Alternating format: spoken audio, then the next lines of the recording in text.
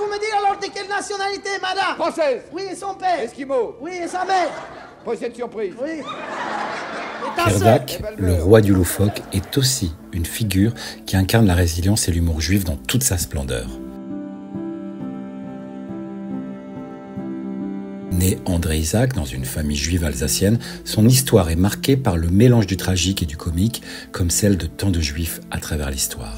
Dans les années sombres de la Seconde Guerre mondiale, Pierre Dac n'était pas qu'un maître de l'absurde. Il était une voix de la résistance, diffusant depuis Radio Londres des messages empreints d'humour mordant, mais aussi d'une profonde foi en l'humanité. En préférant faire des sourires aux bosses, par calcul ou stupidité.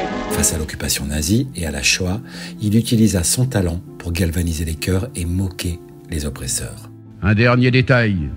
Puisque vous avez si complaisamment cité les prénoms de mon père et de ma mère, laissez-moi vous signaler que vous en avez oublié un, celui de mon frère.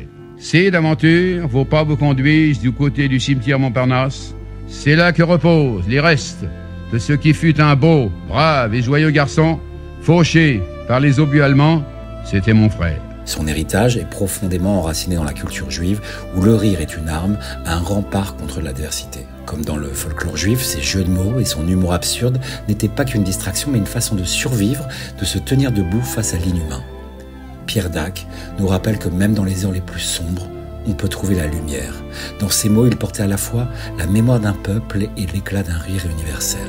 Rire pour vivre, rire pour résister, Pierre Dac a un exemple éternel d'esprit et de courage juif. Comme disait celui qui ne devrait plus rien à dire, vaut mieux se taire.